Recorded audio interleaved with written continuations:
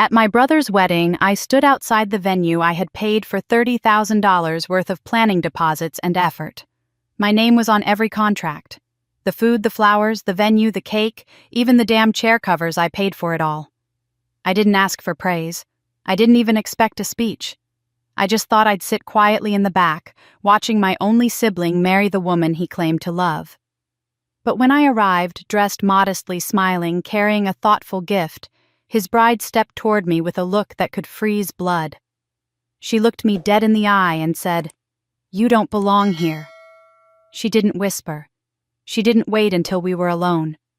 She said it loud enough for two guests and my own mother to hear. And my brother, he just stood there, didn't defend me, didn't flinch, just let me walk away like a stranger. They thought I'd cry, maybe cause a scene. But I didn't. I walked away calmly, sat in my car, and opened my phone. Within 10 minutes, I had canceled every service tied to that wedding. Because here's the truth, you don't tell the person who paid for your big day that they don't belong and expect everything to go as planned. You're about to hear the full story of how I turned their dream wedding into a complete disaster. And trust me, the part where the guests show up to an empty venue. That's not even the best part. Stay with me. My name is Claire Preston. I'm 38, single, and I run a small but successful accounting firm in Portland. On paper, you'd probably say I have my life together, decent income, a quiet home, and no major scandals to my name. But if you ask my family, I've always been the responsible one, not the favorite. And there's a world of difference between those two. Growing up, my younger brother Daniel was the sun around which our family revolved. He was the baby, the golden boy. Smart not particularly. Hardworking when he felt like it. But charming always. Even when he forgot to feed the dog or brought home detention slips, he was met with excuses. "He's just a boy," my mother would say, laughing it off. "Let him be." You were never like that, Claire. No, I wasn't. Because I wasn't allowed to be. From the time I was 9 and Daniel was 4, it became crystal clear that my role in the family was to accommodate, to be patient, to give way. My mother's favorite phrase was, "Claire, you're older, you should know better." Whether it was letting Daniel have the last cookie, staying quiet when he broke my birthday gift, or pretending not to mind when he was praised for things I'd done. First, my life became a series of quiet forfeits. A lifetime of that's just how families work. By high school, the gap between us was undeniable. Daniel struggled to stay afloat academically and socially, yet every milestone he hit was treated like a miracle. I graduated with honors, got into a top university on a scholarship, and my parents barely made it to the ceremony. My father had to work, my mother had a cold, and Daniel had baseball practice. I remember sitting in my cap and gown watching other families swarm their kids with flowers and hugs, while I smiled politely and told myself it didn't matter. It did. It mattered a lot. Still, I never said a word. That was my role after all, quiet, self-sufficient Claire. The one who didn't need praise, didn't need help, and certainly didn't need to make a scene. So I buried the resentment, told myself Daniel just needed more attention, that maybe if I kept showing up, they'd see me too. After college, I built my own life brick by brick. I didn't ask my parents for a dime. I worked 2 jobs, lived in a 1-bedroom apartment, and eventually opened my own firm. When Daniel dropped out of college to find himself, my parents didn't blink. When he crashed his car and needed a loan, they sent him $5,000 without hesitation. I didn't ask them why I never got that kind of help. I already knew the answer. You're the one we don't have to worry about. It wasn't until my late 20s that I realized just how deep that pattern had carved itself into me. Even in my relationships, I played the caretaker. I dated a man for 4 years who routinely made me feel like an afterthought, and when it ended, he said, "You're great, Claire, just not exciting." And that cut deeper than he probably meant it to. Because for most of my life, I'd been taught that being stable, generous, and reliable wasn't something to be celebrated. It was something expected. And it didn't make me lovable. It made me forgettable. That breakup hurt more than I let on. What stung most was the feeling that I had lost again without even playing the game. I gave, I sacrificed. I showed up and still ended up alone. I remember sitting on the floor of my kitchen that night with a bottle of wine, wondering when exactly I'd become invisible to the people who were supposed to see me first. But still, I kept the peace. I called my mother every week, remembered birthdays, showed up to family events with thoughtful gifts. I asked about Daniel's job interviews, cheered him on when he landed a sales role at a car dealership, and even helped him rework his resume when he got laid off. I told myself this was just what big sisters did. When he met Madison, his fiancée, I tried to make a good impression. She was younger, polished, always on her phone. She worked in some kind of event coordination, though she never explained exactly what. The first time we met, she gave me a once-over look that I brushed off as nerves. But even then, something in her demeanor reminded me of people who saw me as useful but not worthy. Still, when they got engaged, I didn't hesitate. My first instinct wasn't jealousy or hesitation, it was, how can I help? Because despite everything, I wanted to be part of it. I wanted to matter. I offered to help with the planning. Not as a controlling older sister, but as someone who'd done this kind of thing before and genuinely wanted the day to go smoothly. When they hesitated over finances, venue costs, catering, photography, I said, "Let me handle it. Consider it my wedding gift." They were stunned. Daniel hugged me. Madison cried. My mother said, "Claire, that's so generous of you." For the first time in years, I felt like maybe I had stepped into the circle I'd always been orbiting from the outside. But I should have remembered, in my family, generosity was never reciprocated, it was expected. And love wasn't shown through effort. It was handed out to the ones who demanded it loudest. I didn't know it then, but everything I thought I had been building, every bridge, every olive branch, every quiet sacrifice was about to be set on fire. And it would all begin with 8 simple words spoken at the wedding. "You don't belong here." And this time, I wasn't going to walk away quietly. It was about 6 months after that quiet, pivotal moment, standing alone in my kitchen after the breakup, that Daniel called to tell me he was engaged.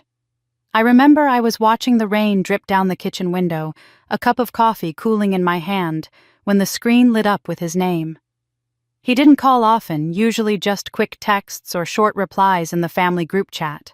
So I answered immediately, expecting something casual. Instead, I was greeted with pure excitement. "She said yes," he shouted into the phone. I blinked. "Who, Madison?" He laughed. "We're engaged." There was a pause, brief but telling. Maybe he was waiting for me to scream, to cry with joy, to ask for details. But my instinctive reaction was to say something that felt both sincere and oddly practiced. "I'm happy for you, Daniel." And I was. Or at least I wanted to be.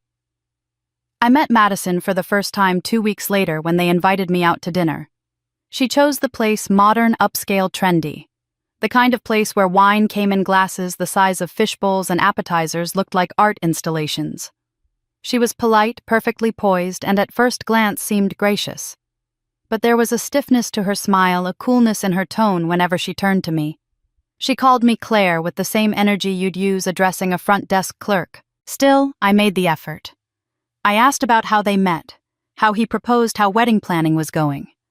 Madison gave brief, efficient answers, barely disguising her annoyance when Daniel interrupted with some joke or memory. She laughed, but not with her eyes. I'd seen women like her before, polished, composed, and quietly calculating. After dinner, I offered to cover the bill. She didn't protest, didn't even thank me, just nodded like it was expected. Later that night, Daniel called me privately and admitted they were kind of freaking out about the wedding budget. They'd looked at venues, catering packages, and photographers, but everything was outrageously expensive. "She wants it to be perfect," he said almost apologetically. "But I just got this job and her contract work isn't stable. We're thinking maybe we'll scale it back, or push it a year." I listened in silence for a few seconds, and then I surprised even myself. "You know what I said? Let me help." There was another pause, but this time it was heavy with disbelief. "I mean it," I continued. "Let me cover it. As your sister, and as someone who wants to see you happy, I'll pay for the wedding. You're serious. Completely. Venue, catering, cake, photography, flowers, whatever you two want. No strings attached. Think of it as my gift." I heard his breath catch. Claire. I don't even know what to say. You don't have to say anything. Just promise me one thing. What's that? Make it a day worth remembering. That's all I want. I don't need speeches. I don't even need a spotlight. I just want to be there watching you step into the next chapter of your life. He was quiet for a moment. Then he whispered, I love you, sis. It was one of the few times I ever heard him say that without being prompted. Over the next few weeks, the logistics began. I asked Madison for her Pinterest board, her preferred color scheme, the kind of venue she wanted. She responded somewhat mechanically with links and photos, usually passed through Daniel. The few times I reached out to her directly, she was polite but curt. I chalked it up to wedding stress. I signed the contracts, paid the deposits, and made sure all vendors had my name, my number, and my email as the primary point of contact. My lawyer helped me draft a simple clause in each contract: no transfers, no changes, no third-party interference without my written approval. Not because I expected betrayal, but because after a lifetime of being the background character, I'd learned to prepare for the unexpected. One afternoon, as we finalized the venue reservation, a beautiful estate just outside the city with lush gardens and a glass-ceiling reception hall, Daniel came by to thank me. He brought flowers, which was rare, and gave me a quiet, grateful hug. I don't know how we'll ever repay you, he said. You don't have to, I told him, meaning every word. I don't need anything except to see you happy. That's the only return I want. That was the moment I said the words that would later echo in my head louder than any argument. I don't need credit, Daniel. I just want to see you walk down that aisle and start your life. I'm not here to be noticed. I'm just here to help. And I meant it. Every word. At that moment, I believed I was doing something generous, something sisterly, something right. I had no idea that this simple act of love would be the very thing they'd use to push me out. But that realization wouldn't come until much later. At the time, all I could feel was hope, a warm, growing sense of purpose. Looking back, I should have paid closer attention to the way Madison's eyes barely met mine, the way her thank yous always came secondhand, the way her smile never quite reached past her teeth. But I didn't. I had just handed over the keys to a perfect wedding, and in return, all I asked for was a place in the room. The week after I signed the last vendor contract, I got a call from Madison. Her voice was unusually sweet, almost performative. I wanted to ask you something, she said. Something special. I was standing in the break room at my office holding a microwaved lunch I no longer felt hungry for. Of course, I replied. What is it? I'd love for you to be my maid of honor. I paused, surprised. Up until that point, Madison hadn't shown much interest in including me. Most of our interactions were filtered through Daniel or through short-clipped emails about logistics. But now, suddenly, she wanted me standing beside her on the most photographed day of her life. That's really kind of you, I said slowly. She laughed lightly. Well, you've done so much already. It just makes sense. Something about the way she said it felt transactional, like a thank you card handed out of obligation. But I pushed that feeling down and said yes. Over the next few weeks, I threw myself into the role. If I was going to be included, I'd show up fully. I took notes from wedding blogs, built out spreadsheets for the rehearsal schedule, helped research hairstylists and florists. When she wavered on colors, I mocked up mood boards in shades of lilac and sage tones she'd once said were elegant. I even offered to book a professional makeup trial for her and the bridesmaids, paying for it myself when the quote came back higher than expected. She barely responded to any of it. Sometimes I'd send an idea, an elegant centerpiece, a new vendor option, a sweet speech outline, and all I'd get back was a thumbs up or a flat, thanks. Other times I'd find out she had already made decisions behind my back. I spent 2 hours organizing potential poses for a bridal photo shoot, only to discover she had booked someone else with a completely different vision. When I brought it up to her, trying to keep my tone light, she said, "Oh, I didn't want to bother you with all the little details." I smiled and said I understood. But I didn't. Daniel wasn't much help either. I started to notice how often he avoided my calls or answered texts hours later with half-hearted excuses. "Sorry things are crazy," he wrote one afternoon. "We'll loop you in soon," he said another time. Once, when I dropped by their apartment unannounced to drop off fabric samples, Daniel opened the door, saw me, and hesitated. Just for a moment. But it was enough. Inside, Madison was laughing on a video call with someone. The mood was light airy. My presence shifted the energy. She muted the call, stood, and smiled too wide. "Claire, you should have told us you were coming. I didn't think I had to." They exchanged a quick glance, then offered me some water. I stayed for 10 awkward minutes, pretending not to notice the tension. Later that night, I sat on the edge of my bed, scrolling through the bridesmaids group chat Madison had added me to. Most of the planning and decisions seemed to be happening there without my input. I saw a photo of new bridesmaids' dresses in a completely different color than what we'd agreed on. No one had said a word to me. I texted Daniel privately. "Hey, just checking, are we still going with lilac?" The group chat says blush now. He didn't reply until the next day. "Yeah." Madison changed her mind. "Sorry it all happened quickly." Something was shifting and I could feel it. Not in a dramatic lightning strike kind of way. It was slower, colder, like a door quietly closing behind me while I was still standing inside the room. I decided to be direct.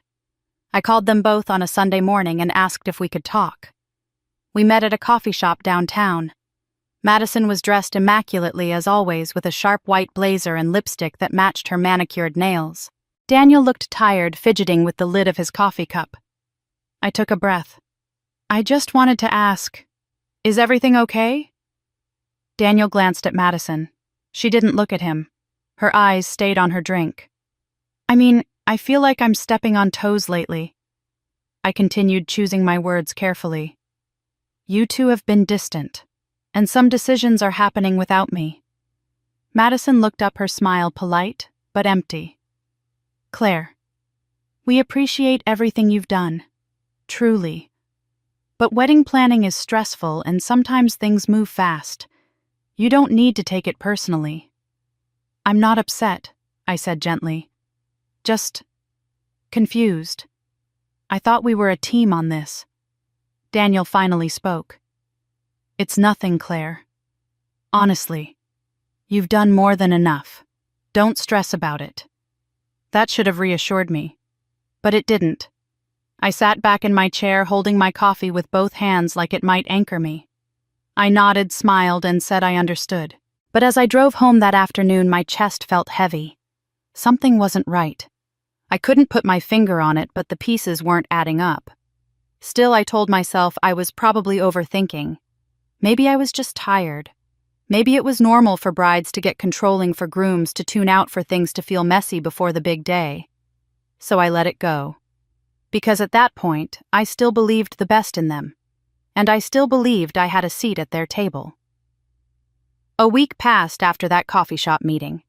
I had convinced myself things would level out, that maybe I had been overthinking, that the awkwardness would fade once the stress of wedding planning settled.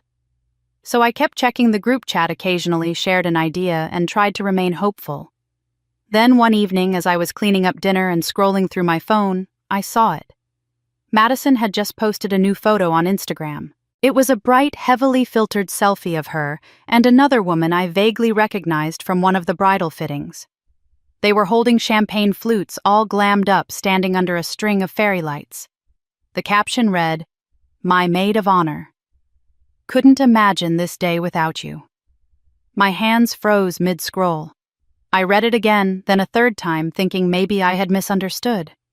But the meaning was painfully clear. It wasn't me. No call, no message, no explanation. Just replaced. Publicly. Quietly. As if I had never been part of it in the first place. I sat there staring at the screen, heart pounding. I scrolled through the comments, people congratulating Madison, complimenting the new maid of honor. Not a single mention of me. Not a word about the switch. I was erased without warning.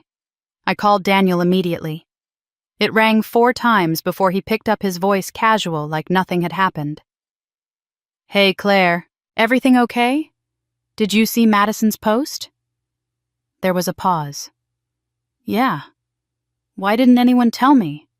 He sighed like I was making something bigger than it needed to be. "Look." Madison felt like she needed someone closer. You know, like a best friend, not just family. "I was the maid of honor," I said slowly. She asked me. "I've been helping with everything. Planning payments, timelines, I know, and we really appreciate that he cut in quickly. But this is more of a symbolic thing for her. You're still invited. You'll have a seat at the ceremony." My throat tightened. "A seat?" "You know what I mean," he said, brushing it off. "You're still family." That word rang in my ears like a mockery. I hung up shortly after. He didn't try to call back. That night I lay in bed unable to sleep, staring at the ceiling while the weight of it all pressed down on my chest. It wasn't just about the title. It was about being discarded without so much as a conversation. About being used for my support, my time, my money, then cast aside when the spotlight came. The next day I drove over to see my mother. I needed something support, understanding, anything. She was sitting in her armchair flipping through a magazine when I told her what had happened. Her reaction was not what I expected. She sighed, didn't even look up. "Claire, don't make this about you. I'm not. But don't you think it's strange that she didn't even tell me she's under stress? It's her big day. Maybe she just needed someone she's known longer. I've paid for everything, Mom, and that was generous of you. But you did it out of love, right? So don't hold it over them.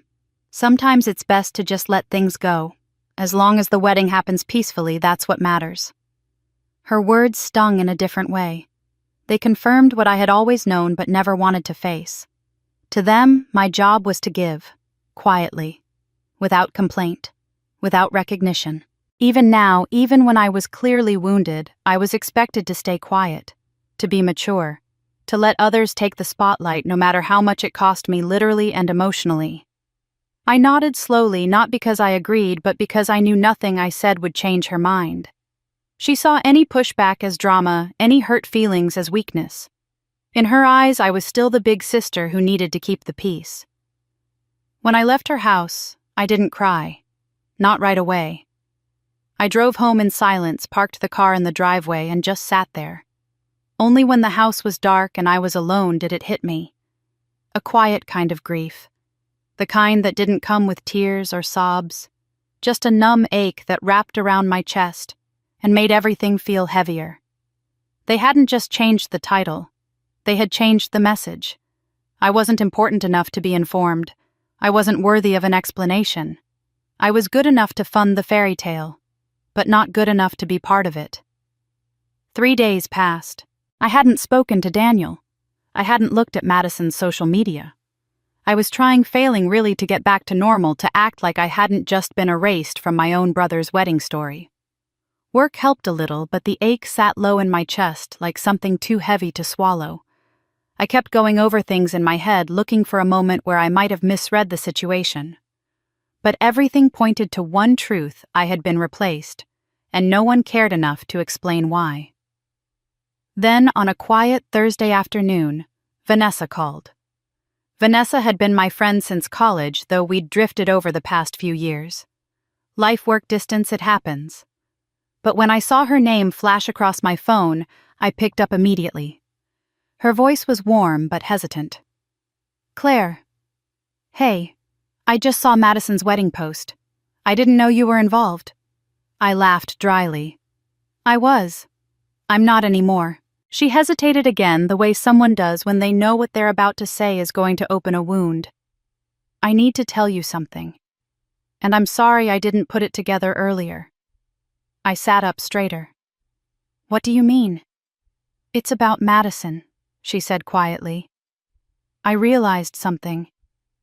"Do you remember when you and Eric broke up, Eric?" His name hit me like a slap. He was my longest relationship, the one I had pictured a life with. We had been together for nearly 3 years before he ended things abruptly. No cheating, no big fight. Just said he'd fallen out of love. I'd spent months blaming myself, wondering if I'd been too demanding or not enough. "Yeah, of course I remember," I said, cautiously. Vanessa took a breath. "After you two broke up, I ran into him at a bar. He was with someone. I didn't think much of it at the time, but now seeing Madison's face on all these wedding posts, it clicked." There was a long pause before she said it. "Claire, I'm almost certain the woman he left you for was Madison." I didn't speak. My mind was racing, flipping back through hazy memories, trying to match details. I remembered Eric acting strange that last month, going out late, changing his passwords, deflecting any serious conversation. I remembered one time he left his phone face down on the counter, and when it lit up, I'd seen a name I didn't recognize. M. I thought it was a coworker. "Are you sure?" I asked, my voice tight. "I'd bet on it," Vanessa said. "And the timing matches. She was living in the same neighborhood, working at that marketing firm downtown. I should have told you sooner. I just didn't connect the dots." Everything around me suddenly felt louder, the fridge humming, a car passing outside, the tick of the clock on the wall. I felt cold. "She knew who I was," I said, almost to myself. "What Madison?" I whispered. "She knew I was Eric's ex. From the beginning. She knew I was Claire." My heart pounded in my ears. Images raced through my mind. Her polite smiles, her distant eyes, the way she'd always been, just a little too composed, too rehearsed. I'd thought she was simply uptight, but now I saw it for what it was: control. She had played a long game. She hadn't just removed me from the bridal party out of preference. She had never wanted me there to begin with. She knew who I was and still said yes when Daniel introduced us. She let me fund her entire wedding, knowing full well what she had done to me years before. I stood up, pacing, adrenaline beginning to rush in my limbs. There were no more excuses, no more brushing things aside. This wasn't an oversight. This wasn't a bride stressed about linens. It was deliberate. Everything, the sudden switch of maid of honor, the silence, the distance from Daniel, now made terrifying sense. She was never going to let me be part of that day. She had smiled through it all, played nice, just long enough to get what she wanted from me, and I'd given it willingly, believing we were building something honest. I clenched my jaw, shaking as I held the phone tighter. Vanessa was still on the line. "Claire, I'm so sorry." "Don't be," I said quietly. "You just helped me see things clearly." And I meant it, because now, for the first time since this mess began, I wasn't confused. I wasn't hurt. I wasn't questioning myself. I was angry. And anger, when you've spent your whole life being quiet, obedient, and overlooked, is dangerous. Because once you've been betrayed, truly betrayed, you stop asking questions. You start making decisions. Claire didn't sleep much that night.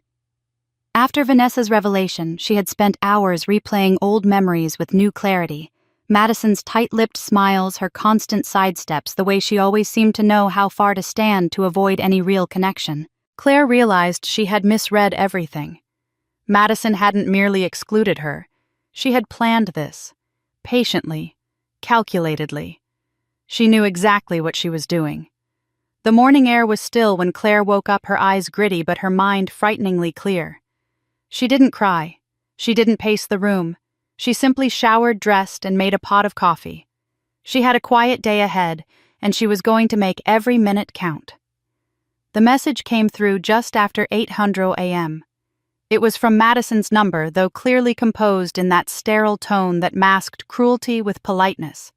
The kind that dressed exclusion in silk and made betrayal feel like formality. "Hi, Claire. I hope you're well. After some discussion, Daniel and I have decided to keep the wedding small and intimate. We've decided not to include extended family or anyone outside the bridal party. We appreciate everything you've done truly and hope you understand. Best, Madison." Claire read it once, then again. No call, no conversation, just a text. After all the planning, the payments, the hours spent reviewing floral arrangements and tasting cake samples, not even the decency of a phone call. And Daniel? Nothing. She waited 15 minutes before texting him directly. "Is this true?" No reply. Another hour passed. Claire stared at the last message she had sent him days ago and saw it still marked red. He had seen it. He had chosen silence. Her phone buzzed again. Another message from Madison. "Just to clarify, it's nothing personal. We just want to keep things simple and drama-free. We hope you can respect our decision and not bring unnecessary stress to the day." Claire's thumb hovered over the screen. She didn't write a paragraph. She didn't ask questions. She replied with 5 words. "Then I'll play my part."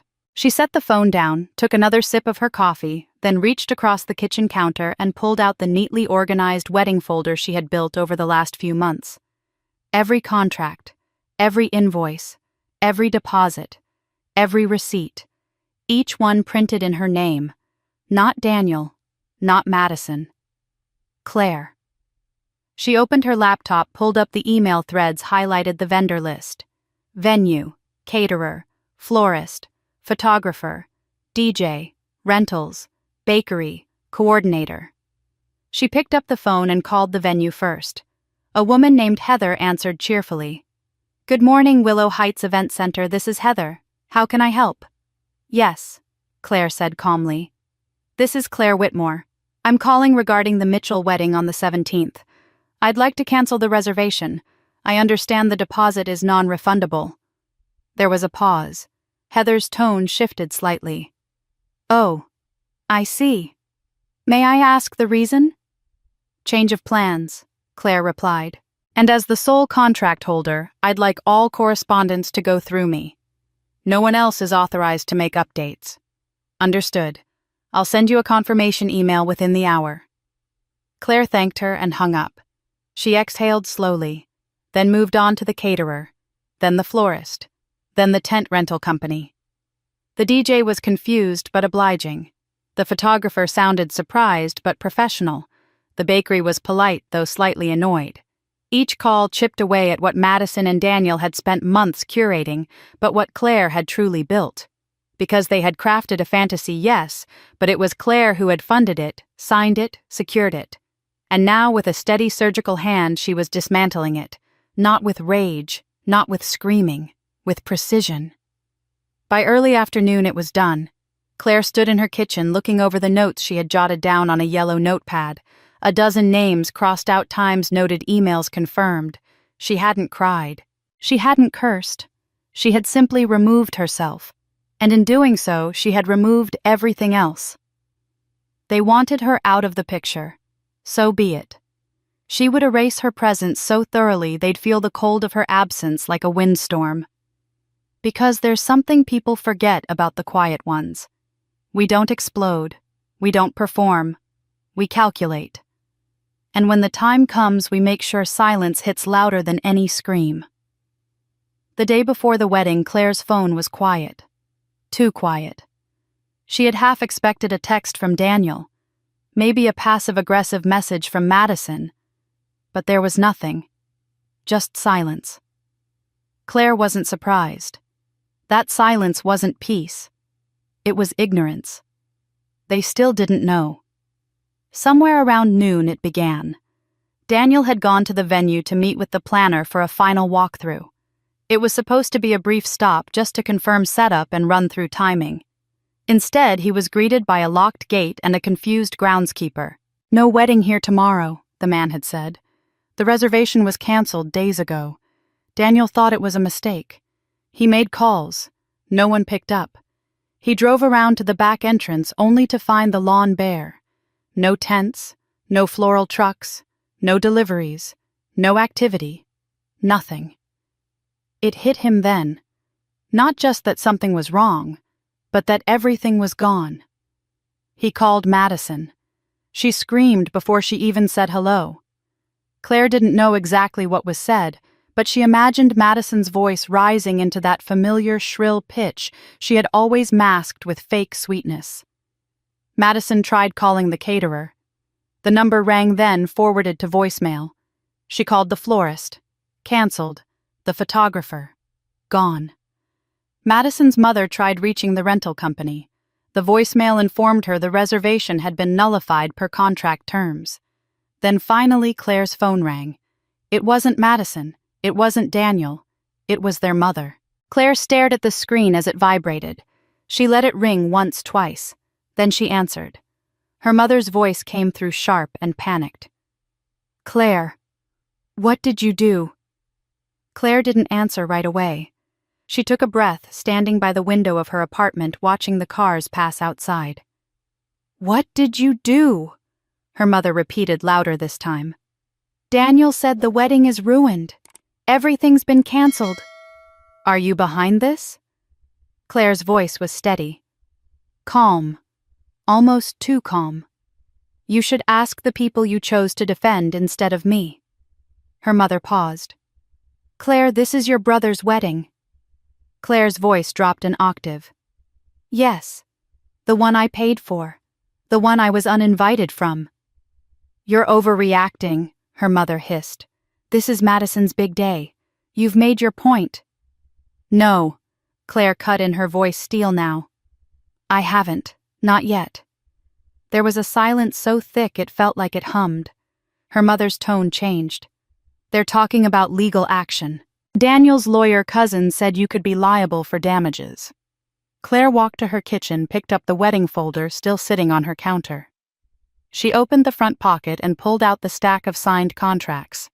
She had scanned them, already compiled into a neat PDF, labeled and time-stamped. "I just sent you an email," Claire said. "Open it." Her mother fumbled on the other end. A pause. Then a quiet, tight voice. "These are all in your name." "Every last one," Claire replied. "Venue, catering, rentals, flowers, music, photography, all of it. You never transferred anything to them." "No." "Why would I?" "They never asked. And after all, I was still supposed to be involved, wasn't I?" Her mother was quiet again. Claire could hear voices in the background, Madison sobbing. Daniel shouting into his phone. "They tried to cut me out of my own investment," Claire said. "So I withdrew it." Her mother sounded smaller than Claire had ever heard her. "They have nothing now. Guests are flying in tomorrow. People are expecting. They should have thought of that before they sent me that message." Her mother tried one last time. "Claire, this will follow you. People will talk. Let them." Claire hung up. She didn't slam the phone. She didn't cry. She set it down gently, walked back to the window, and stood quietly watching the shadows shift across the street. Tomorrow was supposed to be their perfect day. Now it would be the day they learned you don't cut out the person holding all the strings. Not unless you're prepared to watch everything fall. City Hall on a Friday afternoon wasn't meant to feel tragic. But there was something undeniably hollow in the air that day. The lobby smelled of floor polish and faded flowers. A small group of guests shuffled in with muted voices and confused glances, trying to understand why the grand wedding had been reduced to a cramped government room with folding chairs and a judge in a dated black robe. Claire arrived early. She didn't wear black. This wasn't a funeral, even if it felt like one. She wore a simple navy blue dress, elegant and understated. No makeup, no jewelry, no fanfare. She stood in the back of the room, unnoticed by most, and she preferred it that way. The room held no music, no decorations. Just a row of metal chairs, a long table with a few documents, and a bouquet that looked like it had been picked up at a grocery store. The guests whispered among themselves. Some looked irritated, others bewildered. The older relatives in particular seemed confused, clearly expecting something grander. Madison entered first, clinging tightly to Daniel's arm. Her hair was pulled up hastily, makeup slightly smudged around her eyes. Her expression was tense, her smile forced. Daniel looked worse, pale, withdrawn eyes darting as if searching for an exit. Claire didn't say a word. She didn't need to. She simply stood at the back wall, arms crossed, gently watching. The ceremony began without much preamble. The officiant cleared his throat and started reading from the standard script. No music, no processional. Just words that felt increasingly empty. Claire noticed the sideways glances. people whispering as they recognized her. She could see it in their eyes, questions forming, confusion mounting. Some guests looked down at their programs as if the paper might offer answers. But there were no programs. Nothing had been planned. Then came the moment no one expected. Beverly Linda Daniel and Claire's aunt stood up in the second row. 72 years old, widowed twice, with a personality that once got her banned from bingo night for aggressive honesty. She didn't raise her voice. She didn't need to. She simply looked at the bride and groom and said, "Is no one going to say anything?" The judge paused mid-sentence. Everyone turned. Madison froze. Beverly folded her arms. "You kicked out your sister, the one who paid for everything. She's standing right there, and we're just supposed to sit here and pretend this isn't humiliating." A sharp inhale swept the room. Daniel looked like someone had struck him in the chest. Madison opened her mouth, then closed it. Her face turned a shade paler. Beverly continued unshaken. "I canceled my hip surgery to attend your wedding. I was told it'd be at Willow Heights. I brought a new dress, spent money on a hotel. And now we're all sitting in a courthouse because you couldn't be decent to the person who made it all possible." A few people murmured. Claire saw Uncle Richard nod slowly in agreement. Still, she didn't speak. She simply held Beverly's gaze, offering the faintest smile. "A thank you without words," Madison finally whispered. "We didn't mean to." But Beverly cut her off. "No. You meant every bit of it. Don't you dare insult our intelligence. Claire didn't even have to show up today." But she did. And the way you're looking at her right now, like she's the problem. Shame on you. Daniel's shoulders slumped. His hands trembled as he stared down at his shoes. The judge awkwardly cleared his throat again. "Shall we proceed?" No one responded. Claire could have spoken then, could have twisted the knife. But she didn't. She didn't need to. The room had turned, not in fury, in disappointment, in quiet recognition that something had been lost that no vows could recover. The ceremony limped forward. The words were spoken. The papers signed. No applause, no joy. Just a cold, bureaucratic ending to what had once been a dream. As the couple posed reluctantly for a photo outside City Hall, Claire stepped out the side entrance. She didn't linger. She didn't say goodbye. Her silence was louder than any speech. And for once, Daniel wasn't the golden child. Everyone had seen the truth. And it had walked out the door in a navy dress, head held high. Claire didn't expect to go viral. She hadn't even known a video existed until her coworker texted her Monday morning with the words, "Girl, you're on TikTok. And it's glorious." The video had been posted by one of the younger cousins, a tech-savvy teenager, who had recorded the now infamous moment at City Hall when Aunt Beverly stood and publicly called out Daniel and Madison.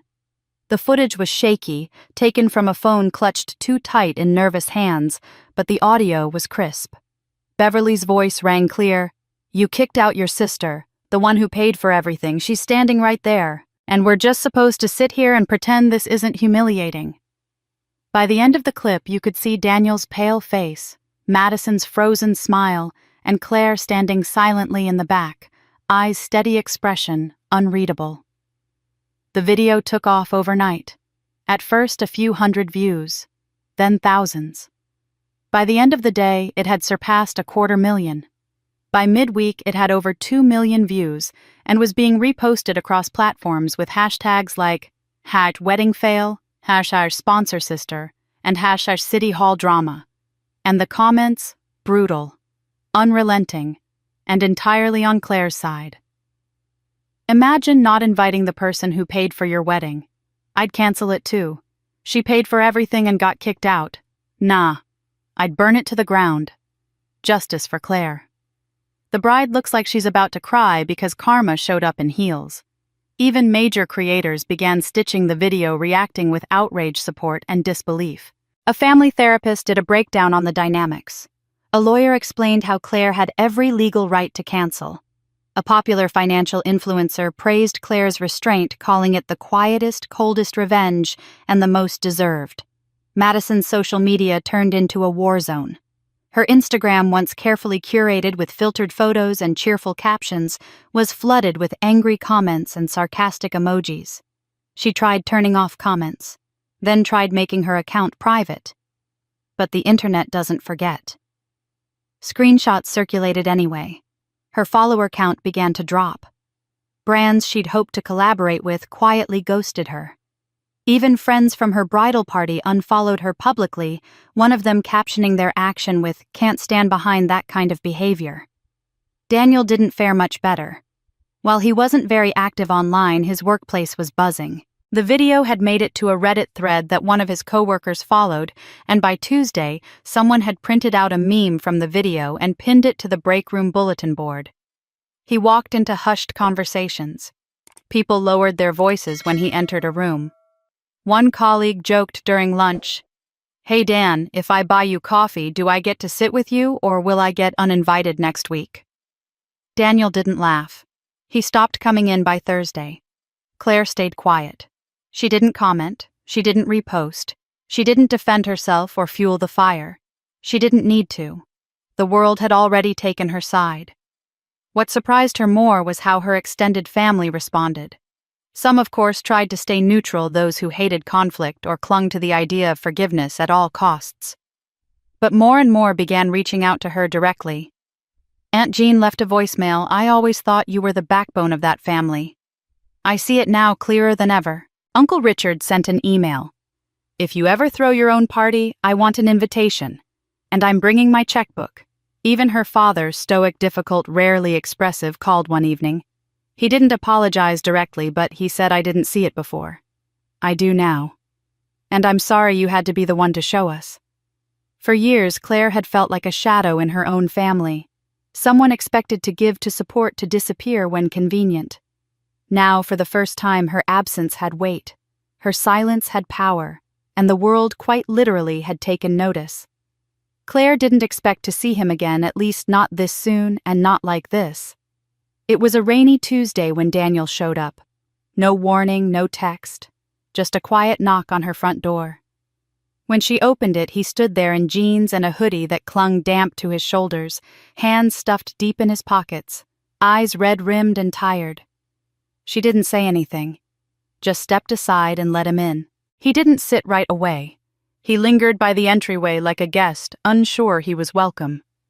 She returned to the living room and resumed folding laundry on the couch, not rushing, not performing, just letting silence stretch long enough to force him to gather courage. Finally, he spoke. "I messed up." Still, she didn't answer. He tried again. "You were right about her. About everything." She didn't look up, but he could tell she was listening. "I knew she didn't like you," he said, voice quiet. "Even before the engagement. She said you were intimidating, that you took over every room. She called you cold, distant, said you always made her feel like she was less than." Claire turned over a sweater in her lap. She said nothing. Daniel continued pacing slightly. "At first I defended you. I told her you were just reserved, strong. But then she started asking me not to invite you to certain things.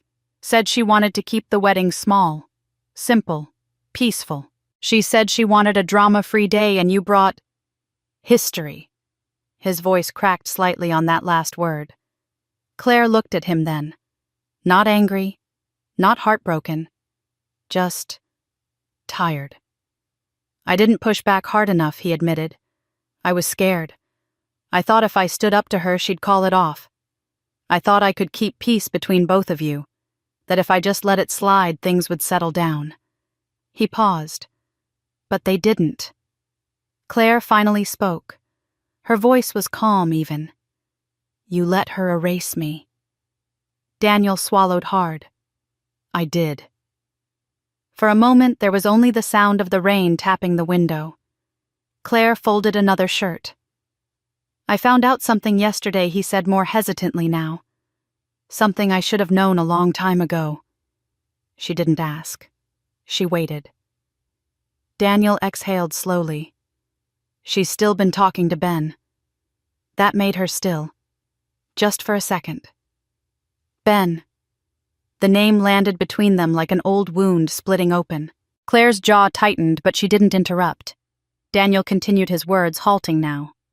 I saw a message. On her iPad. I wasn't snooping, she left it open. It wasn't just a, hey, how are you? It was flirty. Familiar. She told him she missed talking to someone who really understood her. Said he was the only one who ever really made her laugh. He looked at Claire directly now. I didn't know. I swear, Claire. I wouldn't have if I'd known back then. You would have married her anyway, she said, cutting in for the first time with intention. Not accusing, not emotional, just factual. Daniel dropped his gaze. I don't know, he whispered. They sat in silence again.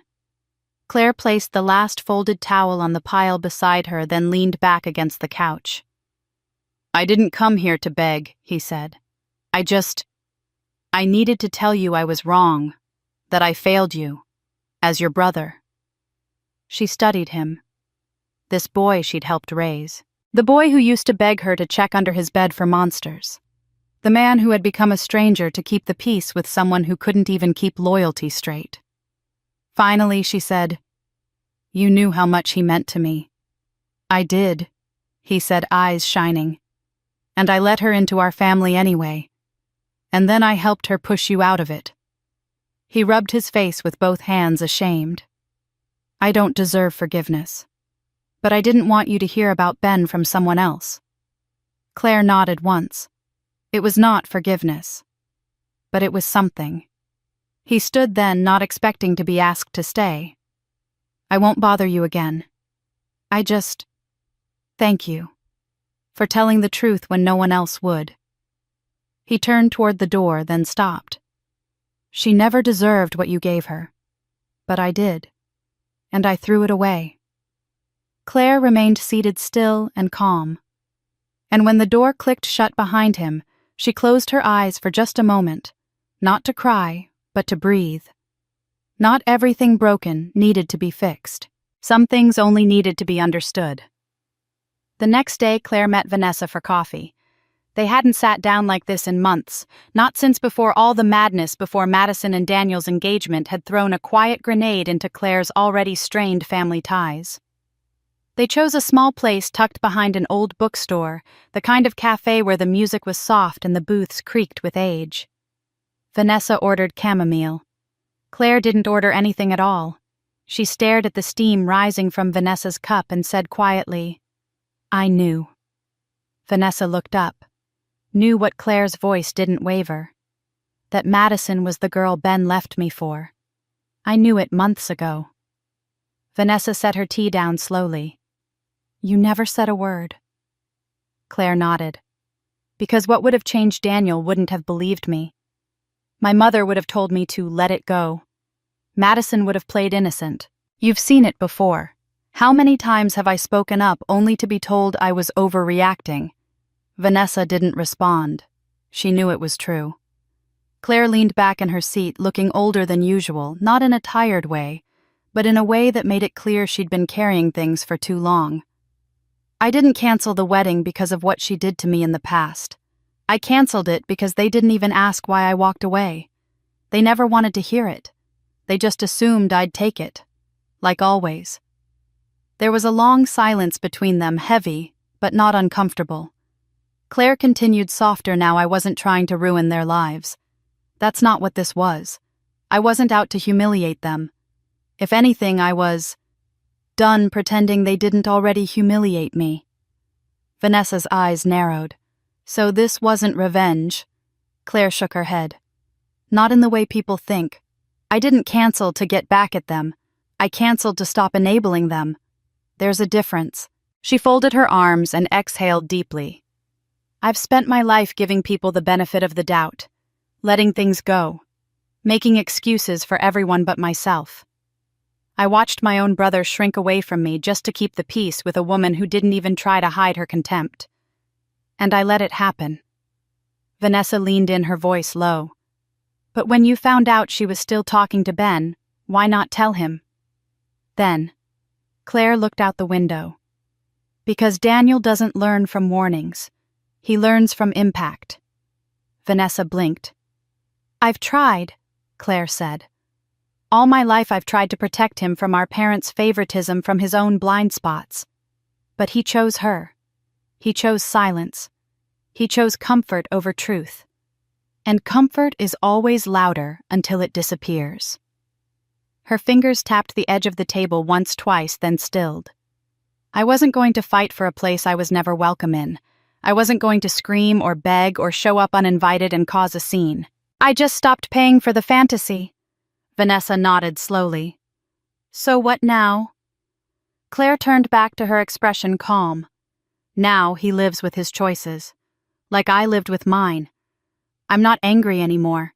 I'm not hurt. I'm just done." A quiet understanding settled between them. No fireworks, no catharsis, just truth. Claire added, almost as an afterthought, "It wasn't about the money, or the wedding, or even Madison. It was about finally stepping out of a role I never agreed to play."